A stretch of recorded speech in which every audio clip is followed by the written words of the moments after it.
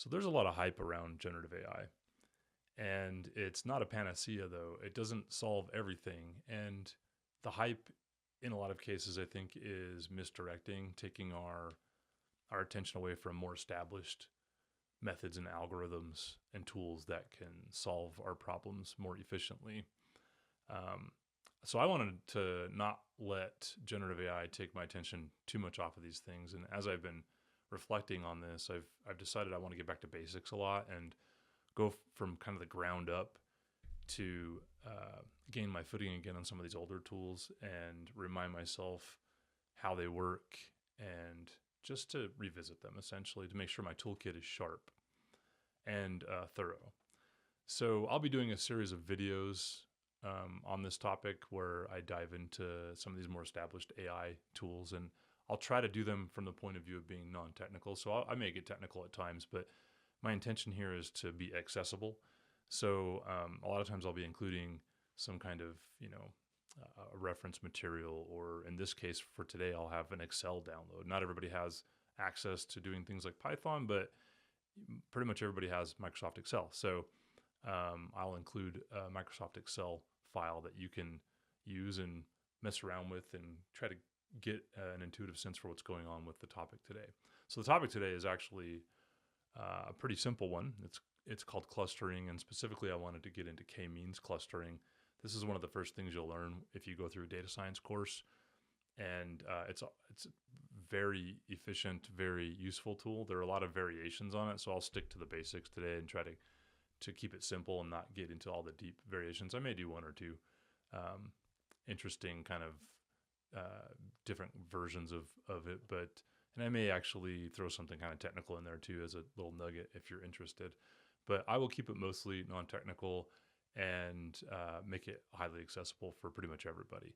So think it like, for example, if you're just getting into this stuff or you're not a data scientist and you want to understand how this works, this should be an accessible approach for you. Or if you're managing a team and one of them is a data scientist and you're not technical, but you have that person on your team, you want to understand what they're doing, this should be useful for you as well. So let's get into it. Okay, so let's talk about clustering. And we will keep this fairly constrained. Like I mentioned, I don't want to get technical, and I want to focus on the clustering algorithm itself, and we're going to use k-means. So I'll give you the full summary workflow here just for reference, but you're obviously going to want to make sure your data are actually prepared. And before that, even probably you're going to ask, like, what am I trying to answer here? Am I trying to segment customers, that kind of thing. Once you have your data, you're going to scale it. Don't worry about that for this exercise. And the tool that I'm providing later, you can think of the data as being scaled already. It's not scaled from 0 to 1. It's scaled on a larger scale, but both of the axes are the same, so it's fine. Then you're going to choose your K. We're also not going to get into that here, but there are methods like the elbow method. There's other methods as well to get what your K should be, and the K is the number of clusters or segments that you're trying to break this out into. So now we're getting into the stuff that I'm actually going to talk about, and that's the actual algorithm for k-means. And that starts with initializing your centroids. So the centroids are the centers of the clusters, and there are multiple ways to initialize these, but we'll just choose random because we're kind of trying to keep things simple. And then from there, you'll basically calculate the distances from all of the points in the data set to those centroids, and there are multiple ways of doing that as well. We're just going to keep it pretty simple and think of these as vectors. And then you'll update the centroid. So the way, again, there's multiple ways to do this, but the way we're going to do it is we're going to take all of the assigned data points and figure out where the average point is of those assigned data points. So when you assign a bunch of data points to centroid 1, you'll now be able to take all those assigned data points and figure out essentially the average of that cluster, and you will then move the centroid to that average, and they'll do that for both of the centroids. And then you'll repeat this until you get convergence. So in other words, once you move the centroids, you're going to recalculate the distances, and then you're going to do the same process again of calculating the average and moving the centroids again. And you'll find over time that they move less and less, and a lot of times they just stop changing from the centroid location versus the average at all. And so you've converged at that point. Other cases, on more difficult data sets, they'll just get closer and closer, and you'll just come up with stopping conditions because they're not changing that much anyway. That's what we're going to concentrate on, is this bolded area. Of course, then you would evaluate your results to see what you got. So let's get into a visual example of how that algorithm works. And I will show the Excel file in a minute and share that with you, make that available. And then I'll also show this in Python, a very simple version of it as well. So first you've got your data set here. You can see these are scaled already. The axes are 0 to 1. What you'll do is randomly pick 2 points. So say these 2 points here, 1 and 2. And those are now the centroids of your 2 clusters. So now you need to calculate the distances. So if you were doing this by hand, you would now draw these distances and measure them, right? And you would do it for all of the dots in here. Obviously, I'm not going to for the sake of brevity, but you would imagine that there's a line going from each of these centroids to every single data point in this data set. And you would then figure out which ones are the shorter distances, and you would assign those to that centroid. So for every data point, say for this one right here, right, that I'm circling with the cursor, there's 2 distances. You're going to assign it to the centroid with the shorter distance. So obviously the red number 2 centroid in this case, this data point will be labeled number 2. And you will continue with that process. So once you have that, as I mentioned, you will now calculate an average for all the data points that are assigned. And what you'll see is that these centroids will move towards the clusters. So in this case, and I've made the clusters kind of obvious in this case, but when they're a little more nuanced or noisy, this can not feel as intuitive as these are moving around, but I wanted this to be intuitive, so I created it to look this way. I like to think of this as a gravity and repulsion hand in hand. It depends on the algorithm you're using, but essentially that's what happens. You get the centroids pushing away from each other, right? So you want clarity, right, or separation in the centroids, but you also want the centroids to end up towards the clusters, like the center of mass, think of it, right, as an analogy for the clusters. So you've seen they've moved from the original point here, kind of gotten away from each other and moved into these clusters a little more. If you were to do that process again, so you draw the lines, etc., you'll find that they move a little bit more. I'm not going to keep on with this here because this is probably about where these would land in an actual clustering process, but I hope you get the idea. All right, so now I want to show this in Python really quick. So let me pull that up here. I think I had this ready to go. Here we go.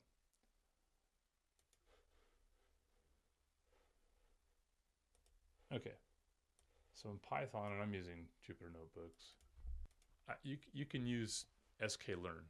So I was going to actually write out an algorithm to do this manually, but I've got it in Excel, and that's where I'm trying to show this in an intuitive way. So I just want to demonstrate that in Python, you can just use scikit-learn to do this pretty easily. And some of the parameters are a little different in here, so kind of ignore that. And again, this isn't for technical folks, right? So I just want you to understand that this is where this type of thing would normally be done. So if you do, I'll do the process here really quick. You'll see that it'll go quickly.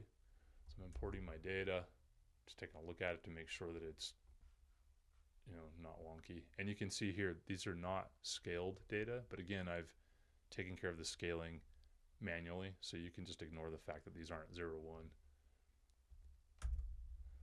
So that's how quickly the clustering worked. That cell that I just hit enter on, it's done, right? There's nothing to look at here just yet, and I'll show you that in a second, but that's how quickly Python can do this. And these are not the exact same data as I had in the visualization a moment ago, but they're very similar.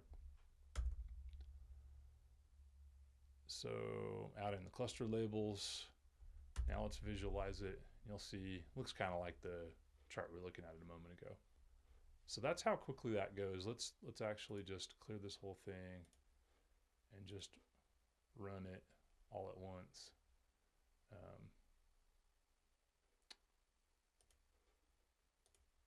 Just to show.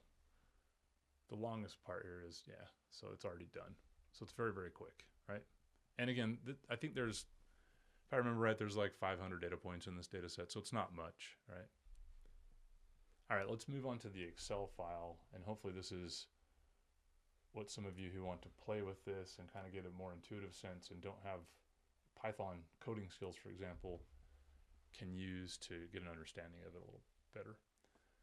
So I've got a similar data set here as to what I've been showing, right?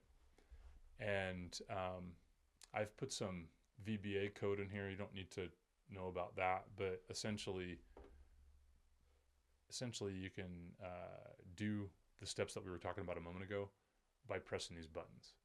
So initializing that button there gives you some randomized data points to start, or sorry, centroids to start with.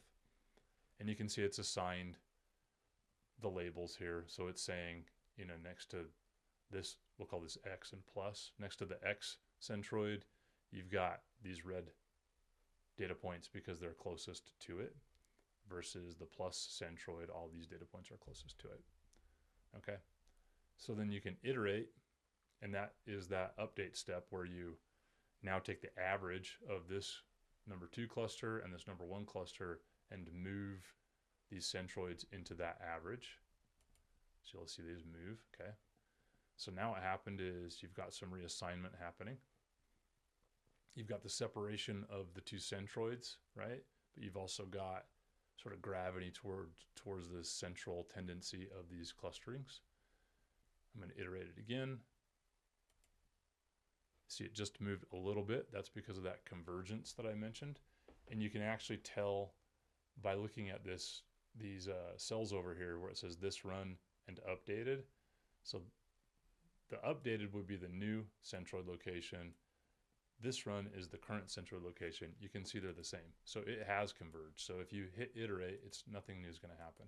It's already figured it out. Now you can just run this all at once too by clicking run all. You're just going to get something very similar. Right? They're not exactly the same, but very similar. There's some sensitivity to initial starting conditions where you randomly pick those centroid locations at the beginning. You can also clear the centroids by doing this, and then it kind of randomly assigns these clusters at that point, and then you can initialize again, get a new location, iterate, get a new location, iterate, and I think we're already, oh, not quite, almost converged. I think now we are, now we're converged. Okay, so that's that. I hope if you get to play with this, that gives you some idea of how this works, like you get a sense for it. You can also change the data points in here. There's not very many. I just kept it simple. So there's like 50 data points in here. You know, put whatever you want in here. I'll just show you really quick. Like you could also put like, I don't know, ignore my formula here. I'm just trying to come up with some random data points.